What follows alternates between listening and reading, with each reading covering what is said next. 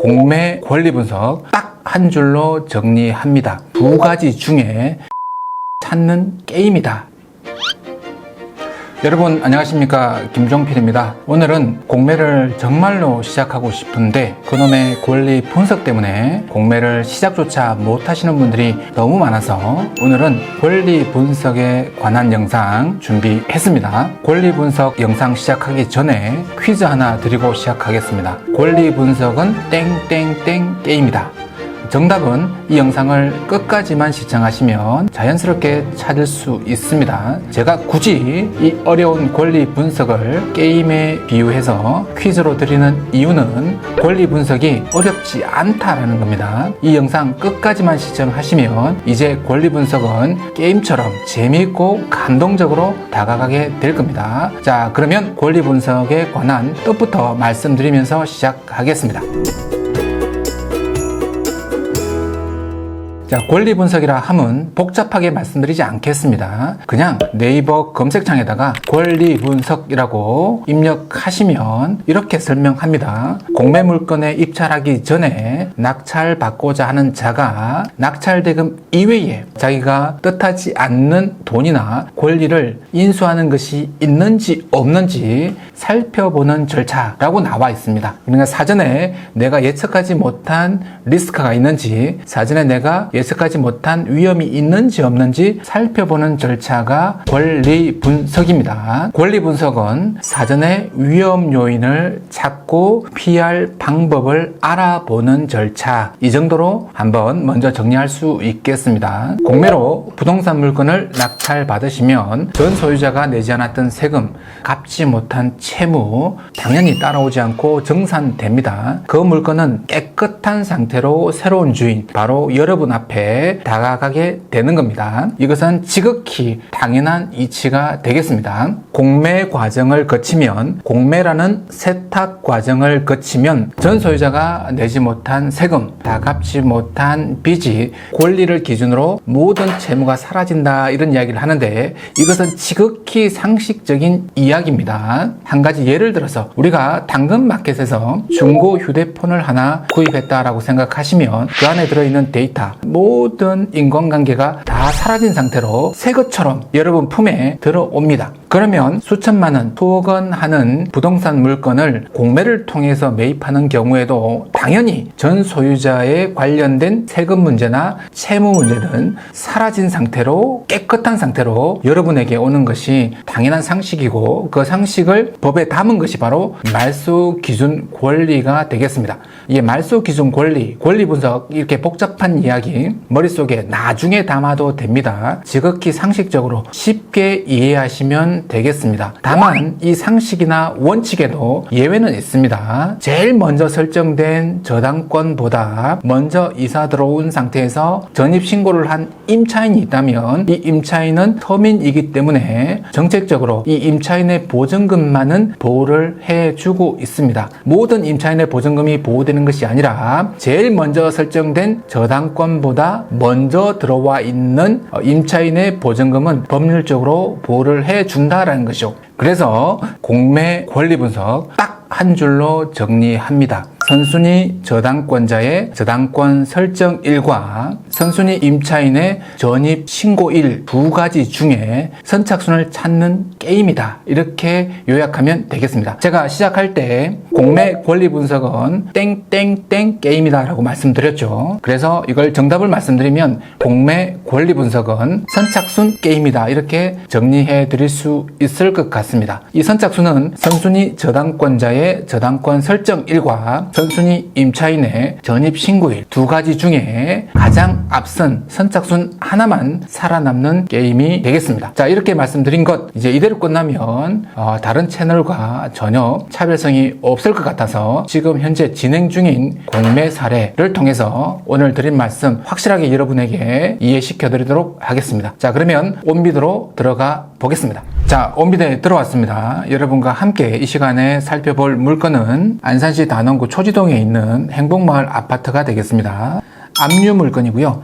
우리가 그 온비도 물건 중에 압류 물건의 경우에는 경매 물건과 그 성격이 동일하기 때문에 철저한 권리 분석이 필요하다라고 말씀을 드렸습니다. 용도는 아파트고요. 면적 확인하시고 감정평가 금액은 5억 6천만 원입니다.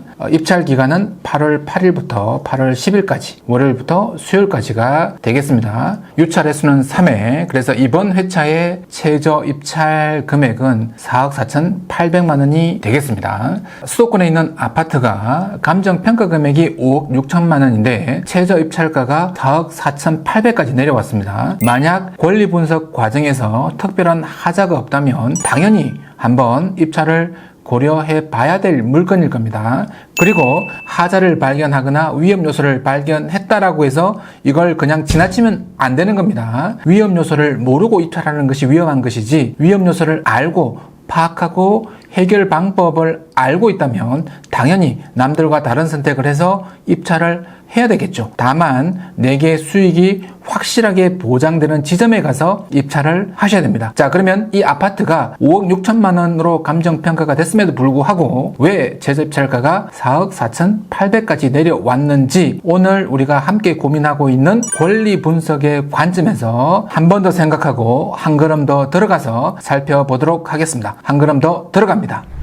온비드에서 제공하는 정보 중에 압류재산 정보에 보시면 임대차 정보와 등기사항 정보, 그리고 점유 관계에 관련된 정보가 차례대로 제공되어집니다. 압류재산 정보 메뉴에서 권리 분석을 시작하시고 끝마쳐야 됩니다. 왜냐하면 제가 권리 분석은 선착순 게임이다. 선순위 저당권자의 저당권 설정 일과 선순위 임차인의 전입 신고일을 서로 비교해서 하나만 살아남는 것이 권리 분석이다 라고 말씀을 드렸습니다. 그래서 압류재산 정보란에 오셔서 임대차 정보와 등기사항 증명서의 주요 정보 두 가지 정보를 두고 어느 것이 빠른지 명확하게 여러분 스스로 눈으로 확인하셔야 됩니다. 자, 그러면 함께 확인해 보도록 하겠습니다. 먼저 임대차 정보가 나와 있습니다. 임대차 정보가 나와 있지 않는 물건들도 있습니다. 임대차 정보가 나와 있지 않는 물건의 경우에는 당연히 임장 활동을 통해서 확인을 해야 되겠죠. 자, 이 물건의 경우에는 임차권자가 임차권 등기까지 마친 물건입니다. 이 물건은 임차인의 성명 이형우, 임차 보증금 2억 9천만 원, 자, 확정 일자가 2016년 16일입니다. 전입 신고일은 2016년 10월 21일입니다. 그러면 이 임차인의 대항력 발생일은 2016년